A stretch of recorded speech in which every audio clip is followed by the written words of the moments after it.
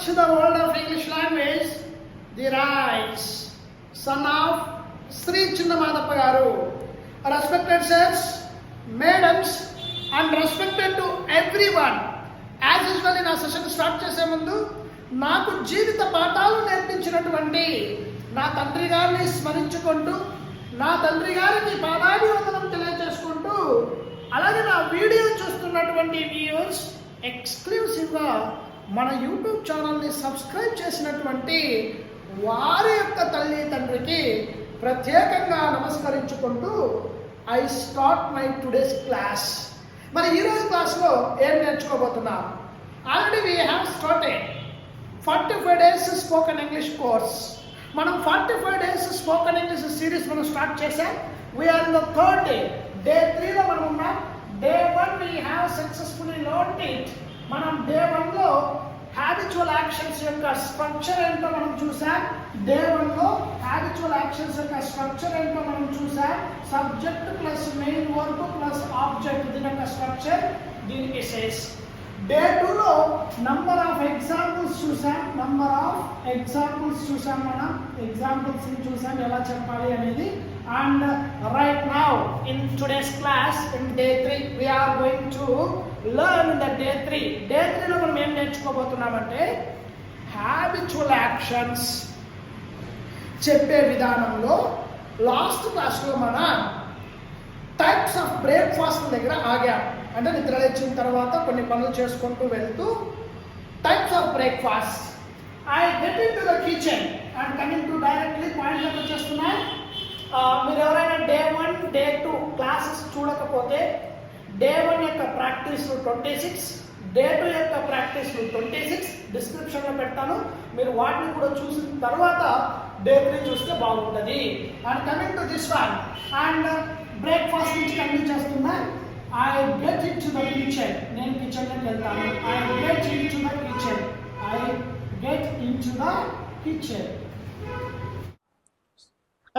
I get into the kitchen. నేను కిచెన్లోకి వెళ్తాను. I get into the kitchen. కిచెన్లోకి వెళ్తాను. వెళ్ళిన తర్వాత లేడీస్ అయితే ప్లేట్స్ కడుక్కోవడం, ఆ డిషెస్ అన్ని వాష్ చేయడం, క్లీన్ చేసుకోవడం చూస్తాం. ఐ వాష్ చేస్తానని చెప్పాల్సి వస్తే I wash all the utensils. అన్ని పాత్రలను క్లీన్ చేస్తాను లేదా డిషెస్ క్లీన్ చేస్తాను. I wash. కిచెన్లోకి వెళ్తాను, అన్ని క్లీన్ చేస్తాను. I prepare breakfast.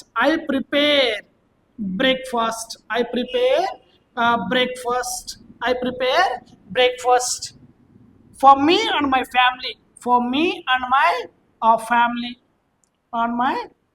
family. నా కోసం, నా కుటుంబం కోసం నేను బ్రేక్ఫాస్ట్ ప్రిపేర్ చేస్తాను. ఎందుకంటే ఇల్లాలు హౌస్ వైఫ్స్ ఇంట్లో ఉన్న వాళ్ళు తన కోసం ఆఫీస్కి వెళ్ళేటప్పుడు ముందుగానే ప్రిపేర్ చేసి వాళ్ళ ఆయనకి బాక్స్ కట్టి వాళ్ళ ఇంట్లో అత్తామామలకి ప్రిపేర్ చేసి వాళ్ళకి పెట్టేసి ఈమె బాక్స్ కట్టుకొని ప్రిపేర్ చేసుకొని వెళ్తారు. కాబట్టి ఇలా చెప్పొచ్చు, I prepare breakfast for me and my family. మా కుటుంబం కోసం, నా కోసం బ్రేక్ఫాస్ట్ ప్రిపేర్ చేస్తాను. అలాంగ్ విత్ లంచ్ కూడా ప్రిపేర్ చేస్తాను. మధ్యాహ్నం బాక్స్ కట్టుకోవాలి కాబట్టి. సో బ్రేక్ఫాస్ట్ ప్రిపేర్ చేస్తాను. I serve breakfast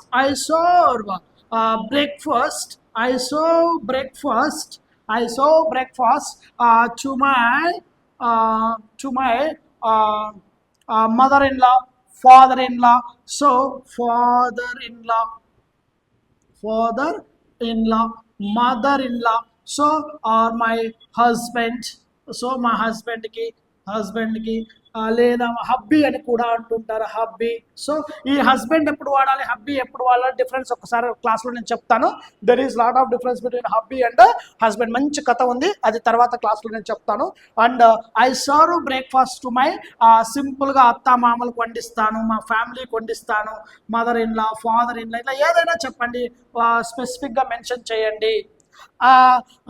I spoon feed to my children. నా పిల్లలకి తినిపిస్తాను. I spoon feed my children. నా పిల్లలకి breakfast తినిపిస్తాను.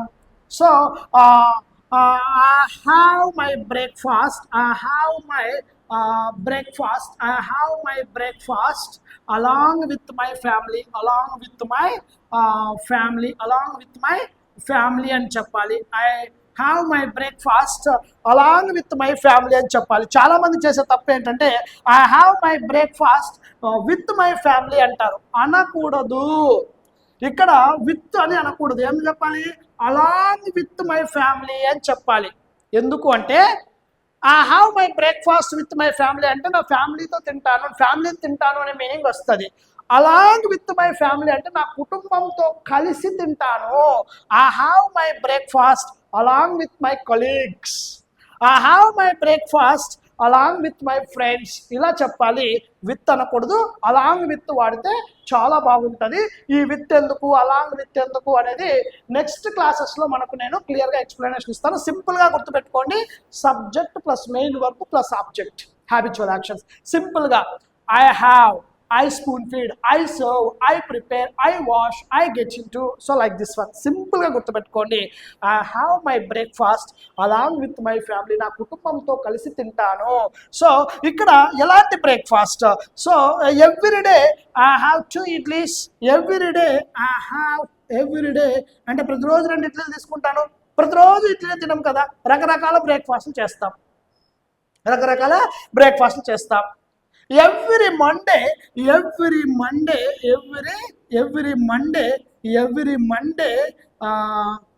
have 2 idlis with sambar, chutney, vada. So ఇలా ఏదో చెప్పండి. మండే మా ఇంట్లో ఇడ్లీ చేస్తారు, ఇడ్లీ వడ సాంబార్ చేస్తారు, అది తింటాను. స్పెసిఫిక్గా ఒక నేమ్. అలా కాకుండా రకరకాల బ్రేక్ఫాస్ట్లు చేస్తే మనం ఎప్పుడైనా బయటకు వెళ్ళినప్పుడు 4-5 రకాల ఐటమ్స్ బ్రేక్ఫాస్ట్గా తింటే చెప్పాలి I have my cooked breakfast. I have my cooked breakfast. I have my cooked breakfast.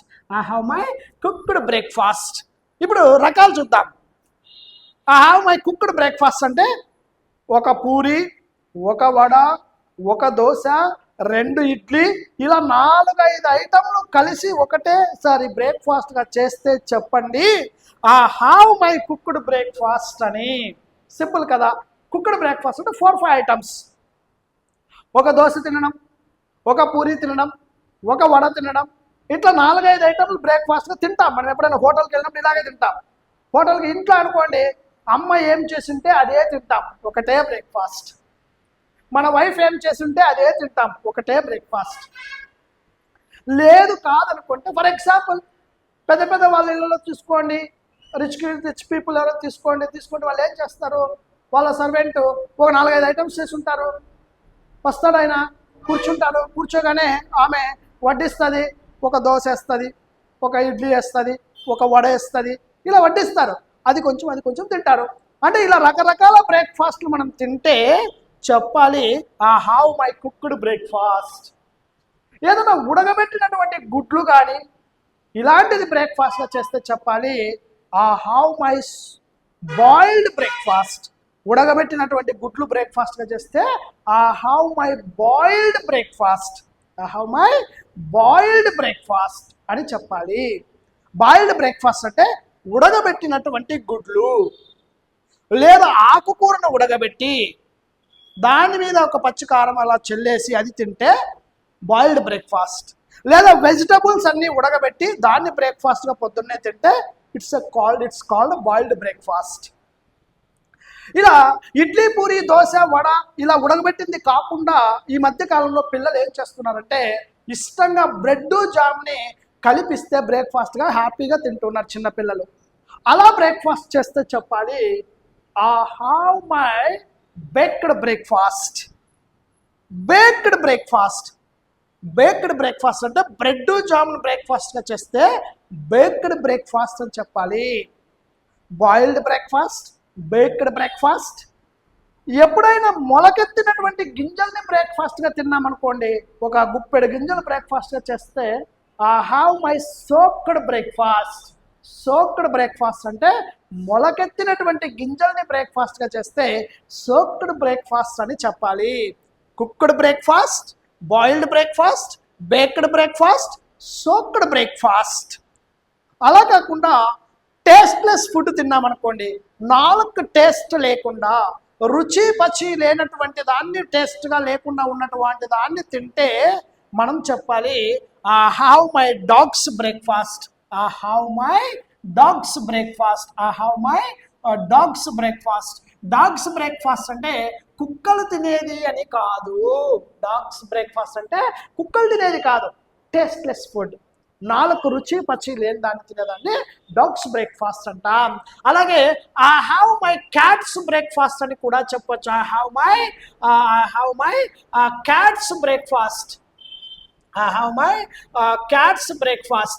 I have my cat's breakfast. I have my cat's breakfast. Cat's breakfast అంటే ప్లేట్లో మన అమ్మ ఫర్ ఎగ్జాంపుల్ ఇప్పుడున్న పిల్లల్ని తీసుకుంటే ఏం చేస్తారు చూసారా, ప్లేట్లో పెట్టించుకుంటారు, ఉప్మా అలా కొంచెం పెట్టించుకుంటారు. ఆ ఉప్మాలో అన్నీ తీసేస్తారు చూడండి, ఆనియన్ తీసేస్తారు, వెజిటబుల్స్ అన్నీ పక్కన చేసేస్తారు, అది మాత్రమే తింటారు, ఆ వెజిటబుల్స్ అన్నీ వదిలేస్తారు.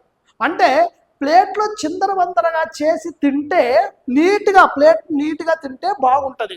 అలా కాకుండా చిందరవందరగా అక్కడక్కడక్కడ వదిలేస్తారు, కిందంతా పడేస్తారు. ఇట్లా బ్రేక్ఫాస్ట్ ఎవరైనా చేస్తే చెప్పాలి have my cats breakfast. She always has a cats breakfast.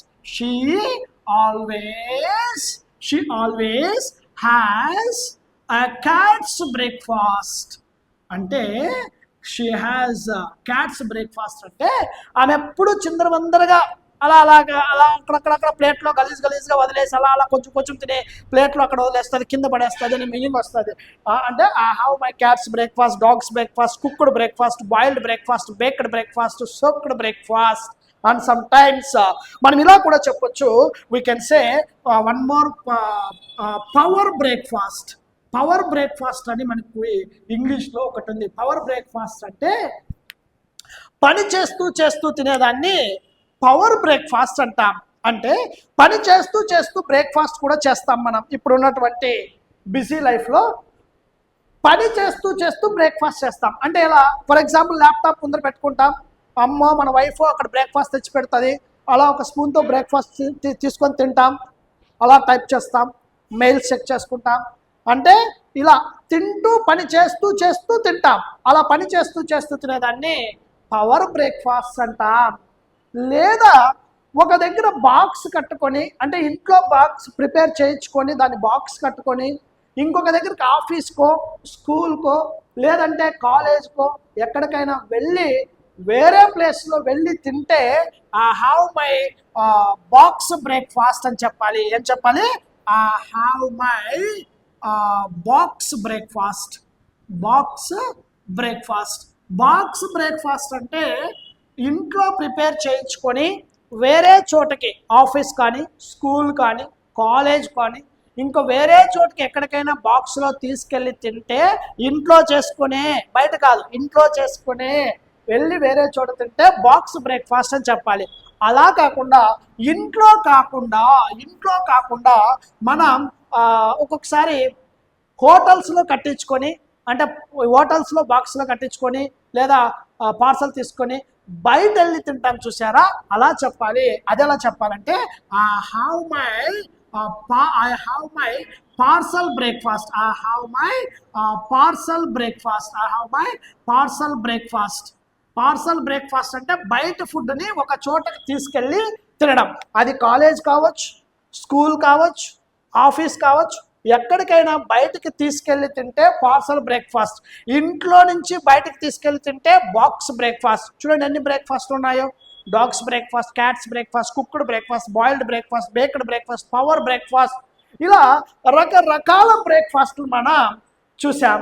And ఇంకా ఉన్నాయి, ఇవి మళ్ళీ మనకు ఆన్లైన్ క్లాస్లో, ఆఫ్లైన్ క్లాస్లో ఇచ్చాను, అండ్ మన మెటీరియల్లో కూడా పెట్టాను, అవి కూడా చూడండి. ఎందుకంటే ఇవే చెప్పుకుంటా పోతే ఇలా 60 రకాల బ్రేక్ఫాస్ట్లు చెప్పాలా.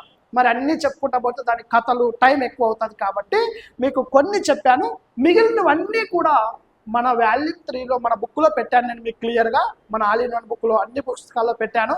పేజ్ నెంబర్ 34 to 54 ఓపెన్ చేసి పెట్టుకోండి. అన్ని బ్రేక్ఫాస్ట్లు అక్కడ మీకు కనపడతాయి. మరి బ్రేక్ఫాస్ట్ అయిన తర్వాత I have 2 glasses of water.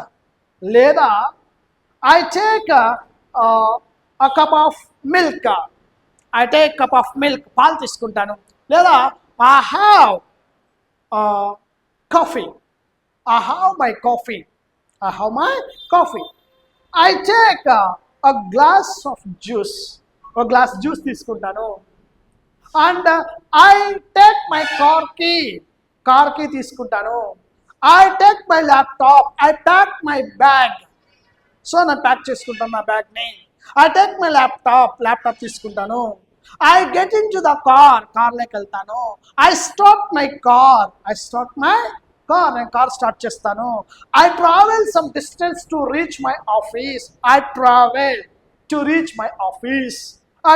some distance. కొంత దూరం ప్రయాణిస్తాను to reach my office. లేదా నేను బస్ స్టాండ్కి వెళ్తాను అని చెప్పాల్సి వస్తే I go to my near of the bus stand.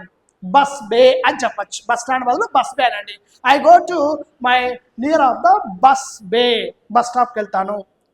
I wait for my bus. నేను బస్ కోసం ఎదురు చూస్తాను. I catch my bus.